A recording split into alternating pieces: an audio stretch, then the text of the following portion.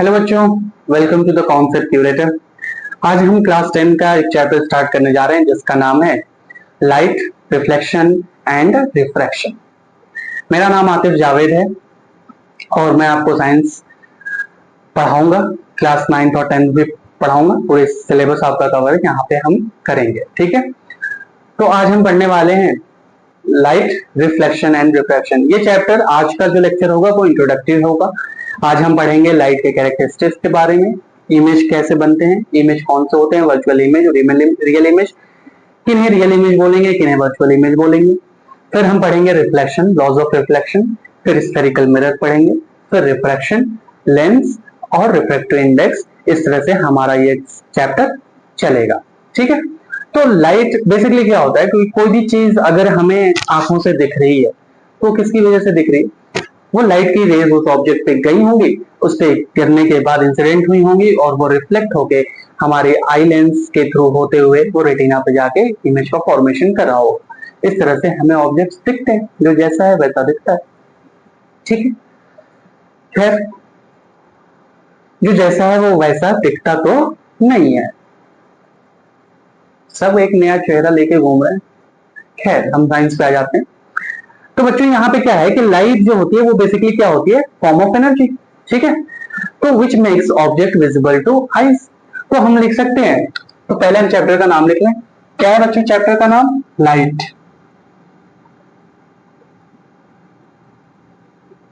Light, reflection and refraction, ठीक है बच्चों।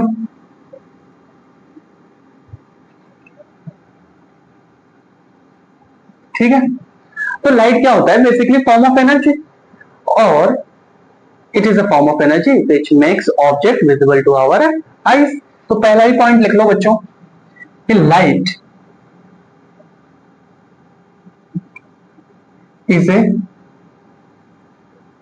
Form of energy which makes object visible to our eyes, ठीक है। बस मेरे साथ बने रहो बच्चों। ये चैप्टर लगता मुश्किल है पर बहुत आसान चैप्टर है। थोड़े थोड़े कॉन्सेप्ट सीखने हैं और फिर मजे ही मजे, ठीक है। फिर हम कहते हैं कि लाइट क्या होता है कि इलेक्ट्रोमैग्नेटिक रेडिएशन होता है, इलेक्ट्रोमैग्नेटिक वेव होता है, ठीक है। और वो प्रोपोगेट करता है किसके फॉर्म में? इलेक्ट्रोमैग्नेटिक रेडिएशन के फॉर्म में, ठीक है। तो light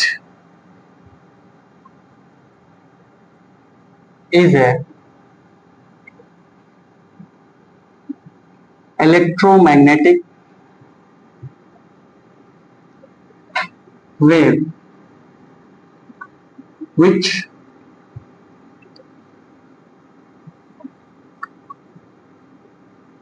propagates in the form of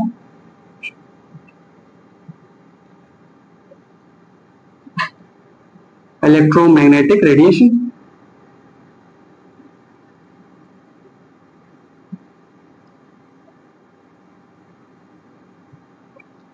ठीक है। फिर हम कहते हैं कि लाइट जो होता है वो कौन से नेचर का होता है? ट्रांसवर्स नेचर का होता है। किस नेचर का होता है? ट्रांसवर्स नेचर का होता है। कहने का मतलब ये है कि जो इसका प्रोपोगेशन होगा वो हमेशा इलेक्ट्रिक फील्ड और मैग्नेटिक फील्ड के परपेंडिकुलर होता है, ठीक है। इसलिए इसका नेचर कैसा होता है? ट्रांसवर्स होता है। ट्रांसवर्स नेचर, ट्रांसवर्स वेव का अगर तुम्हें एग्जाम्पल देखना हो तो बड़ा आसान सा एग्जाम्पल है। एक रस्सी को तुम लो और एक धागा ले लो या रस्सी ले लो, ठीक है। एक हिस्से से उसे पकड़ लो और फिर एक तरफ से बांध के एक तरफ से उसको ऐसे मूव कराओ। जब मूव कराओगे तो देखोगे उसमें एक वेव बनेगी और वो वेव जो बनती है वो उसके मोशन के देखोगे परपेंडिकुलर आता है। तो वही कहते हैं कि इलेक्ट्रिक फील्ड या मैग्नेटिक फील्ड में जो वेव का मोशन होता है वो क्या आता है? वो एक दूसरे के परपेंडिकुलर आते हैं। तो इसीलिए उसका नाम क्या देते हैं कि ये ट्रांसवर्स वेव है। लेकिन हमें ये इतना नहीं सोचना, आगे हम पढ़ेंगे जब 11th में ट्वेल्थ में जाएंगे तो हमें ये चैप्टर मिलेगा, वहां हम समझ लेंगे। अभी क्या कर लो, तुम बस याद कर लो कि light is A transverse in nature.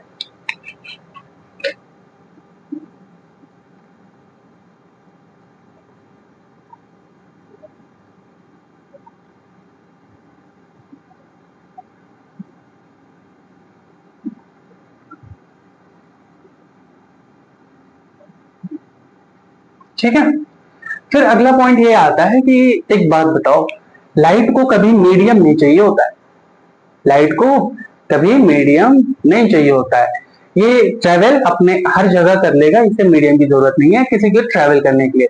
ये लाइट बेसिकली सही फॉर्म में आत्मनिर्भर है, ये खुद पे डिपेंड करता है, भाई जिसको ट्रेवल करना है वो करेगा, इसको मीडियम की जरूरत नहीं है। इसका मतलब कि light does not need a medium to propagate. अब ये कहने का मतलब है कि इनडायरेक्टली हम क्या कह रहे हैं कि light can travel in a free space और वैक्यूम। ठीक बात, ये मतलब लाइट बाय मीडियम, वैक्यूम क्या होता है कि एयर निकाल देना, एयर निकाल दिया तुमने, मीडियम निकाल दिया, तो जब एयर तुम सक आउट कर लोगे तो वो मीडियम, वो एरिया जो होगा जिस एरिया से तुमने, मानो तुमने एक वेसल लिया, वहां से तुमने एयर को सक आउट कर लिया, निकाल लिया, तो वो क्या बनता है, वो वैक्यूम बन जाएगा। सबसे अच्छा एग्जांपल अगर वैक्यूम को समझना है तो घर में जो क्लीनर आता है, डस्ट क्लीनर, तो उसको वैक्यूम क्लीनर भी बोलते हैं। क्यों बोलते हैं, क्योंकि वो जो डस्ट होते हैं उसको सक कर लेता है, वो वैक्यूम बनाता है और उसे अपनी तरफ खींच लेता है। तो इस तरह से हम कह रहे हैं कि किसी भी, अगर तुम एयर निकालो तो वो वैक्यूम बन जाएगा। तो अगर तुम ये कह रहे हो कि लाइट जो है उसको मीडियम की जरूरत नहीं है ट्रेवल करने के लिए, तो इसका मतलब तुम क्या कह रहे हो कि वो वैक्यूम में भी प्रोपोगेट कर सकता है। ठीक है, तो अगला पॉइंट क्या है कि light does not need a medium to propagate.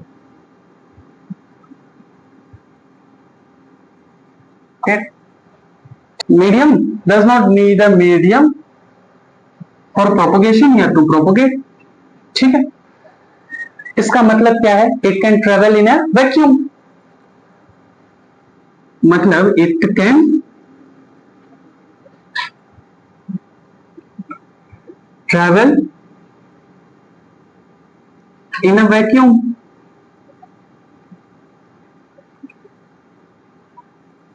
ठीक है, it can travel in a vacuum. अच्छा, वैक्यूम में चल रही, अच्छा अभी तक तुमने बहुत सुना होगा कि भाई साहब स्पीड ऑफ लाइट से चल रहा है, वो चीज स्पीड ऑफ लाइट से चल रही है, तो वो स्पीड ऑफ लाइट अब यहां देख लेते हैं कि अगर वैक्यूम में वो ट्रेवल कर रहा है तो ट्रेवल कर रहा है, इसका मतलब उसकी कुछ ना कुछ स्पीड रही होगी, अगर स्पीड रही होगी तो वो स्पीड क्या रही होगी, तो लिखेंगे can travel in a vacuum. और speed of light in vacuum कितनी होती है, speed of light in vacuum is कितनी होती है, 3 × 8 मीटर पर सेकेंड। ठीक है, और इसको रिप्रेजेंट कैसे करते हैं, c is equal to 3 × 10⁸ metre per second. ठीक है, एक और बात कि जो लाइट होती है वो हमेशा किस फॉर्म में ट्रेवल करती है, स्ट्रेट लाइन में, रेक्टिलिनियर मोशन होता है, स्ट्रेट लाइन। ठीक है, तो इसका मतलब कि लाइट जो होती है वो हमेशा कैसी ट्रेवल करेगी, स्ट्रेट लाइन में। ठीक है, तो हम लिख सकते हैं कि light always travels in a straight path, light always travel in a straight path.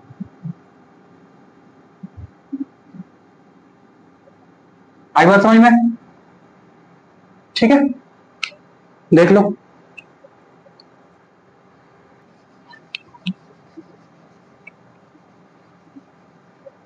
ठीक है, स्ट्रेट पाथ में अब जो तुम्हारा लाइट है वो किस फॉर्म को रिप्रेजेंट कर रहा है, वेव को। तो वेव में हमेशा क्या आती है कि वेव की लेंथ को मेजर करने के लिए हम क्या बोलते हैं, दो क्रेस्ट या दो ट्रफ की दूरी जो होती है उसको क्या बोलते हैं, वेवलेंथ। और तुम्हारा वेव है तो वो कोई सोर्स से प्रोड्यूस हो रहा है तो उसकी क्या होगी, फ्रीक्वेंसी। ठीक है, तो यहां से हमें एक चीज मिल जाएगा कि C is equal to mu lambda.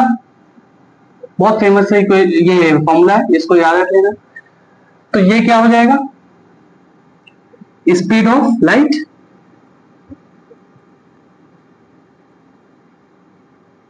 और ये वेवलेंथ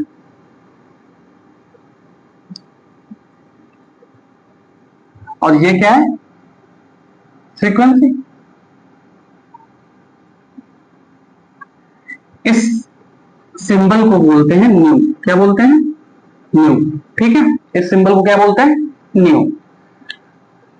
एक और चीज कि अलग अलग लाइट के अलग अलग कलर होते हैं। ठीक है, तो हमेशा याद रखना कि जो कलर की प्रॉपर्टी होती है बच्चों, वो कहाँ किससे रिलेटेड होती है, वो हमेशा सोर्स की फ्रीक्वेंसी से रिलेटेड होती है। अगर तुम टॉर्च से लाइट निकाल रहे हो तो वो लाइट तो लाइट है, ठीक है, पर वो सोर्स क्या है, वो टॉर्च तुम्हारा सोर्स है जिससे लाइट प्रोड्यूस हो रहा है।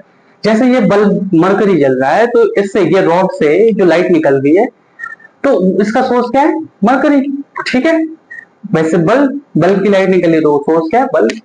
तो कलर जो डिसाइड होता है वो फ्रीक्वेंसी से होता है, और फ्रीक्वेंसी किसकी प्रॉपर्टी होती है, हमेशा सोर्स की प्रॉपर्टी होती है। किसकी प्रॉपर्टी होती है बच्चों, सोर्स की। तो इसलिए डिफरेंट कलर ऑफ लाइट जो हमें दिखता है उसके डिफरेंट वेवलेंथ। अब देख, अगर फ्रीक्वेंसी अलग हो रही है, अब मैंने कहा कि अलग अलग तुम्हें कलर लाइट के दिख सकते हैं, बिल्कुल। तो वो कलर अगर दिख रहा है, मैंने कहा कि किसी भी लाइट के कलर की बात आए तो कलर का हमेशा रिलेशन किससे होगा, फ्रीक्वेंसी से। तो मैंने कहा कि अलग कलर है, इसका मतलब उनकी फ्रीक्वेंसी क्या होगी, अलग ही होगी। तो अगर फ्रीक्वेंसी बच्चे C इज इक्वल टू क्या है, C is equal to frequency into lambda. अब देखो C की वैल्यू क्या होती है, कांस्टेंट, 3 इंटू 10⁸ तो C क्या है, कांस्टेंट। देखो C इज इक्वल टू क्या, फ्रीक्वेंसी लैम्डा। मैंने कहा कि हर लाइट की जो कलर की प्रॉपर्टी होती है वो हमेशा किस पे डिपेंड करती है, फ्रीक्वेंसी। फ्रीक्वेंसी किसकी प्रॉपर्टी होती है, वो सोर्स की होती है। तो कलर अगर लाइट की बदल ली, इसका मतलब बच्चे फ्रीक्वेंसी चेंज हुई रही होगी। और C क्या होता है, स्पीड ऑफ लाइट, वो क्या होता है, कांस्टेंट। तो ये कि इसकी वैल्यू क्या कभी बदलेगी नहीं, 3 इंटू 10⁸ ही होती है, चाहे दुनिया के किसी कोने पे लेके चला जा, या तू यूनिवर्स के किसी गोले पे लेके चले जाओ, इसकी वैल्यू चेंज नहीं हो रही। तो इसका मतलब ये तो रहा कांस्टेंट, इसका ये वैल्यू बदलेगी तो ये वैल्यू भी बदलेगी। तो हम ये कह सकते हैं कि जो डिफरेंट कलर ऑफ लाइट होती हैं उनकी फ्रीक्वेंसी और वेवलेंथ भी अलग अलग मिलती है। कोई दिक्कत, तो लिख लो इसको भी कि डिफरेंट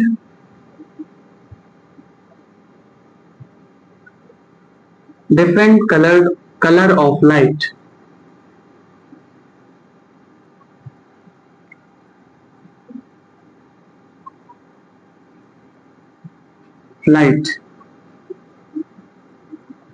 has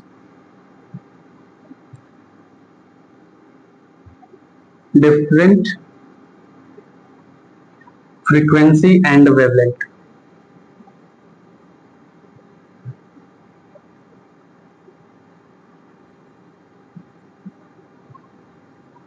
ठीक है, लेकिन बच्चों एक चीज हमेशा ध्यान रखना कि तुम यहां मैंने लिखा है कि डिफरेंट फ्रीक्वेंसी एंड वेवलेंथ, इसका मतलब तुम कहोगे कि मास्टर तुमने बोला कि डिफरेंट कलर ऑफ लाइट है तो वेवलेंथ भी बदल रही है, फ्रीक्वेंसी भी बदल रही है, इसका मतलब वेवलेंथ बदलेगी तो कलर बदल जाएगा। बिल्कुल गलत बात कह रहे हो। ठीक है, मैंने इसीलिए समझाया कि जो तो कलर की जब भी तुम्हारे जहन में जब भी फिजिक्स में कलर आए और कलर चेंज होने की बात आए तो तुम्हारा जहन सिर्फ और सिर्फ एक जगह टिकना चाहिए, और फ्रीक्वेंसी। क्योंकि कलर किसकी प्रॉपर्टी होती है, फ्रीक्वेंसी की, और फ्रीक्वेंसी किसकी प्रॉपर्टी होती है, सोर्स की। जहां वेवलेंथ बदल रहा है इसकी वजह यह है कि फ्रीक्वेंसी बदल रही है बच्चों। अगर फ्रीक्वेंसी बदलेगी तो वेवलेंथ बदल रहा है, क्यों, क्योंकि C इज इक्वल टू क्या होता है, म्यू इंटू लैम्डा। आई बात समझ में। तो ये आपका था बेसिक इसका लाइट का। अब हम देख लेते हैं कि तुम्हारे जो रेज होती हैं बच्चों, वो 3 तरह की रेज होती हैं। ठीक है, एक होती है पैरेलल रेज। कैसी होती है बच्चों, एक होती है पैरेलल रेज एक होती है कन्वर्जेंट रे,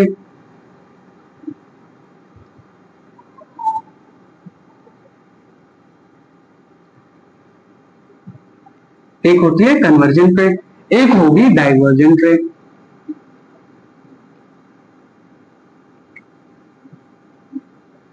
ठीक है, ठीक है। अब बात आती है पैरेलल रेस की। तो देखो पैरेलल रेस कैसे बनेगी। पैरेलल का मतलब क्या होता है, दो लाइन जो एक दूसरे को काट ना रही हो। तो इसका मतलब कि मास्टर ऐसे कुछ सीधा सीधा सजा रहा है। ये जो मास्टर आपने बताया कि ये तीन लाइनें सीधी सीधी सी जा रही हैं, ये कौन सी रेस है, पैरेलल रेस है। तो बच्चों पैरेलल रेस हमेशा कब बनेगी, जब ऑब्जेक्ट कहां हो, या तो इनफाइनाइट पे हो। ठीक है, तो इनफाइनाइट का मतलब बहुत दूर।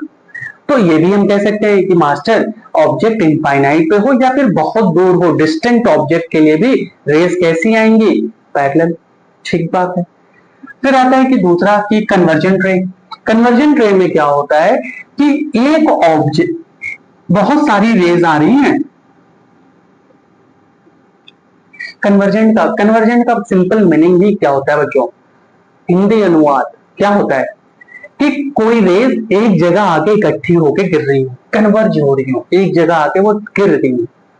ठीक है, बहुत सारी जगहों से उड़ मुड़ के आ रही हैं और एक जगह आके गिर रही हैं। इसका मतलब कि ये अगर मान लो ये जगह है, तो ऐसे कोई रेज आ रही हैं और एक जगह पे यहाँ क्या हो रही है, कन्वर्ज हो रही है।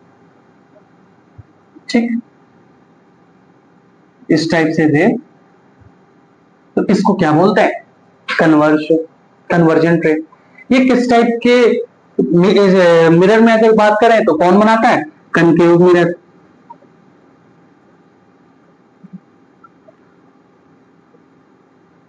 ठीक, या फिर लेंस की बात करें तो कौन बना देगा, कन्वेक्स लेंस। ठीक, डाइवर्जेंट रे क्या होता है कि एक जगह से बहुत सारी शाखाएं निकल रही हो, बहुत सारे ब्रांचेस निकल रहे हो, तो उसको क्या बोलते हैं, डाइवर्ट होना। सिंपल सा है, जैसे हम है, जैसे तुम हो, तो जब तुम पढ़ने बैठते होगे तो उसी वक्त तुमको भूख लग जाती होगी, उसी वक्त तुम्हें टॉयलेट लग जाता होगा, उसी वक्त तुम्हें मूवीज देखने का बहुत मन कर रहा होगा, या फिर उसी वक्त तुम्हें याद आएगा कि अरे यार वो चलो 10 मिनट रील देख लेते हैं इंस्टाग्राम पे, या फिर उसी वक्त याद आ जाएगा कि किसी का मैसेज आ रहा है, या फिर उसी वक्त याद आएगा कि अरे यार उस दोस्त से बात करे हुए बहुत टाइम हुआ, बात कर लेते हैं। तो यहाँ तुम क्या हो रहे हो, तुम डाइवर्ट हो रहे हो।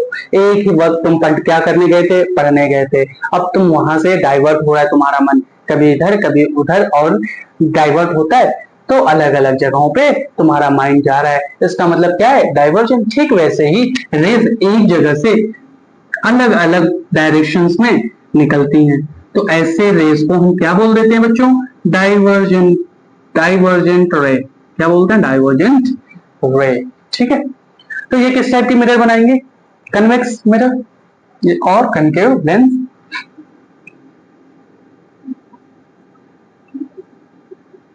ठीक है, तो देख लो, इसमें कोई दिक्कत नहीं। ठीक,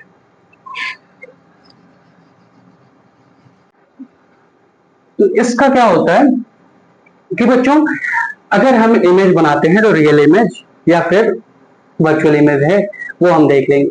पर मैं तुम्हें एक चीज बताऊंगा कि सिंपल सा तुम्हें पहचानने का तरीका क्या है कि कब रियल कब वर्चुअल। इसका सिंपल तरीका है, ये हर जगह काम आएगा, तुम्हें याद करने की जरूरत नहीं है कि the image which can be obtained on a screen is real image, और जो स्क्रीन को ऑब्टेन ना करा जाए वो वर्चुअल इमेज है।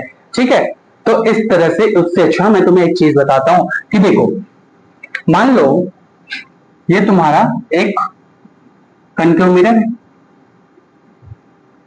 ठीक, और ऐसे रेज आई, यहां से रिफ्लेक्ट हुई, यहां गई, यहां एक रेज आई और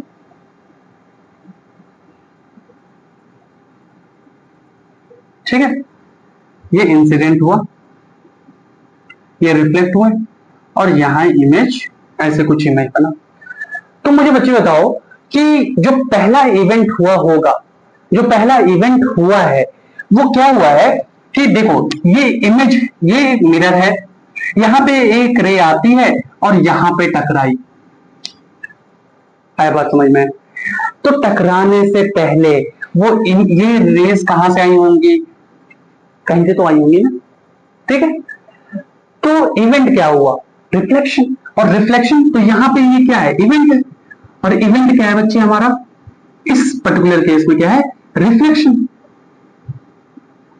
इवेंट क्या है हमारा, रिफ्लेक्शन। और इस इवेंट के बाद रेस क्या हुई, रिफ्लेक्ट होके गई, क्या हुई, रिफ्लेक्ट होके गई, ठीक है, रिफ्लेक्ट हुई। ठीक वैसे ही यहां पे क्या हुआ, रिफ्लेक्शन, इवेंट, और इवेंट के बाद रेस क्या हुई, रिफ्लेक्ट हुई। इवेंट से पहले ये क्या थी, इंसिडेंट रे थी। ये बात समझ में आई कि नहीं, ठीक है। तो इसका मतलब ऑब्जेक्ट जो रहा होगा, रेस कहां से आती है, ऑब्जेक्ट से आती है। तो जो इवेंट से पहले रेज आ रही हैं वो कौन सी होंगी, इंसिडेंट रे, और इवेंट के बाद वाली रेस को क्या बोलते हैं, रिफ्लेक्टेड रे, या फिर रिफ्रैक्शन के केस में क्या बोलेंगे, रिफ्रैक्टेड रे। ठीक है बात, आई बात समझ में? तो बस यही याद रखना है आपको कि इवेंट के पहले और इवेंट के बाद, ठीक है। तो ऑब्जेक्ट से, और इंसिडेंट रे कहां से आएंगी, ऑब्जेक्ट से। इसका मतलब जब भी बच्चे तुम ऑब्जेक्ट देखोगे, जब भी तुमसे पूछा जाए ऑब्जेक्ट के बारे में, तो तुम किसको देखोगे, ऑब्जेक्ट। और ऑब्जेक्ट क्या देते हैं, इंसिडेंट रे, इंसिडेंट रे। और ये इंसिडेंट रे का ही point of intersection of incident ray क्या देगा, ऑब्जेक्ट बताएगा, ठीक है, कि जहां पॉइंट ऑफ इंसिडेंट रे, ठीक है बच्चे।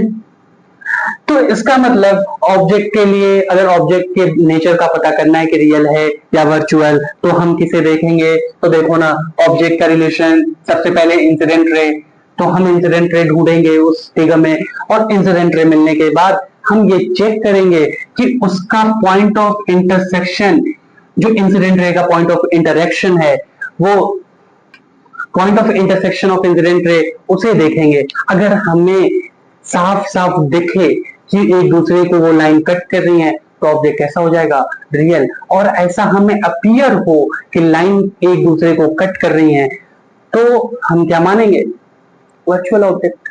ठीक वैसे ही बच्चों, जब इमेज की बात करेंगे, तो इमेज कब बना, इवेंट के बाद। इमेज कब बना, इवेंट के बाद। इवेंट क्या था, शादी नहीं, वलीमा नहीं, क्या था इवेंट, इवेंट था रिफ्लेक्शन या फिर रिफ्रैक्शन। तो रिफ्लेक्शन के बाद कौन सी रेज मिल रही थी, रिफ्लेक्टेड या फिर रिफ्लेक्टेड रे। तो यहां से इमेज या क्या मिल जाएगा, रिफ्लेक्टेड और रिफ्रैक्टेड रे,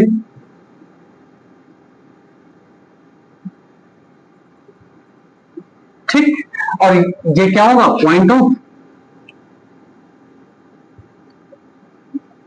इंटरसेक्शन, मतलब कट रही है कि नहीं, point of intersection of reflected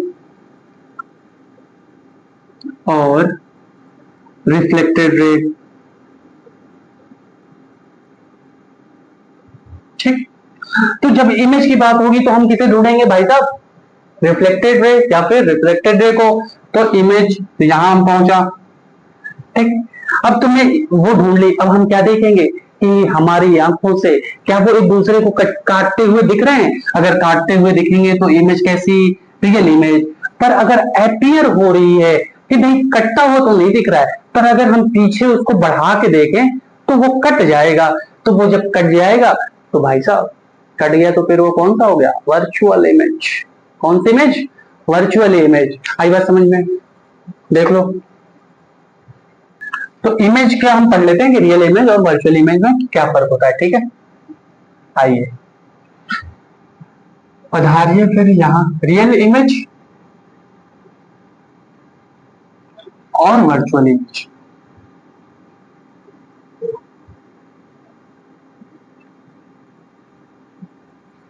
ठीक है। तो रियल इमेज क्या होता है कि ये image can not, real image जो होता है वो स्क्रीन पे हम ऑब्टेन कर सकते हैं। तो यहां can be obtained on screen. ठीक, तो वर्चुअल का क्या होगा, वो स्क्रीन पे ऑब्टेन नहीं कर सकते। Image can not be obtained on a screen। ठीक, रियल इमेज हमेशा कैसी होती है, इन्वर्टेड, मतलब उल्टी। अगर ऑब्जेक्ट ऐसे आया है तो इमेज कैसी बनेगी, कुछ ऐसे, इन्वर्टेड, उल्टा। ठीक है, तो ये कैसा होगा, इमेज ऑलवेज इन्वर्टेड।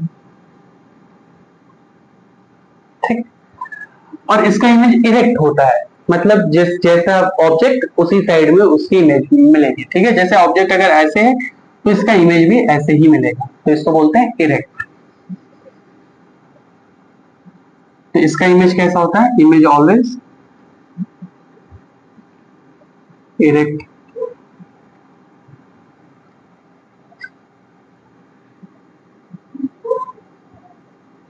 ठीक, अब रियल इमेज मैंने क्या बताया कि ये किसकी वजह से मिलते हैं, तो ये रियल इमेज एक्चुअली इंटरसेक्शन होती है किनकी, रिफ्लेक्टेड या फिर रिफ्रैक्टेड रेस की।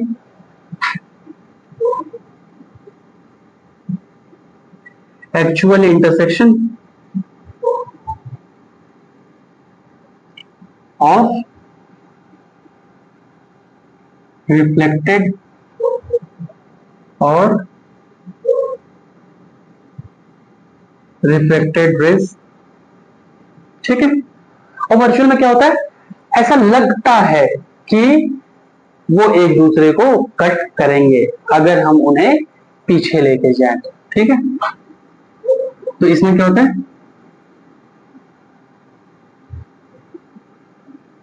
रिफ्लेक्टेड और रिफ्रैक्टेड रेस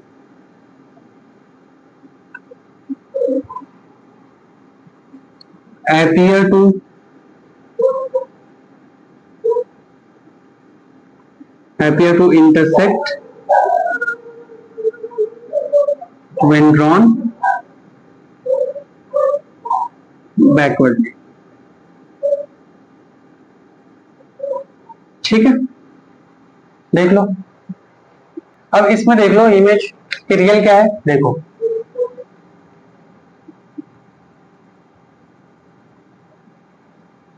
ठीक, तो हमने क्या लिया कि एक इंसिडेंट रे ये आई, एक इंसिडेंट रे इधर से आई, यहां पे क्या हुआ, रिफ्लेक्शन हुआ, और यहां पे भी क्या हो रहा है, यहां पे रिफ्लेक्शन। ठीक है, तो यहां क्या हो गया, ये रिफ्लेक्शन। अब देखो, ये बढ़ते बढ़ते इधर आई, और ये बढ़ते बढ़ते बढ़ते बढ़ते कुछ ऐसे आए। ठीक, तो महानुभाव देखिए, देख पा रहे हैं आप लोग कि ये दिख रहा है हमें कि यहाँ पे लाइन जो रिफ्लेक्टेड या ये रिफ्लेक्टेड रे हैं जो, इनका एक्चुअल इंटरसेक्शन हमें दिख रहा है। इसका मतलब दिख रहा है तो रियल इमेज आई बात समझ में, को दिक्कत। ठीक, अब वर्चुअल इमेज की बात करें तो वो भी देख लो कि मान लो तुमने कोई,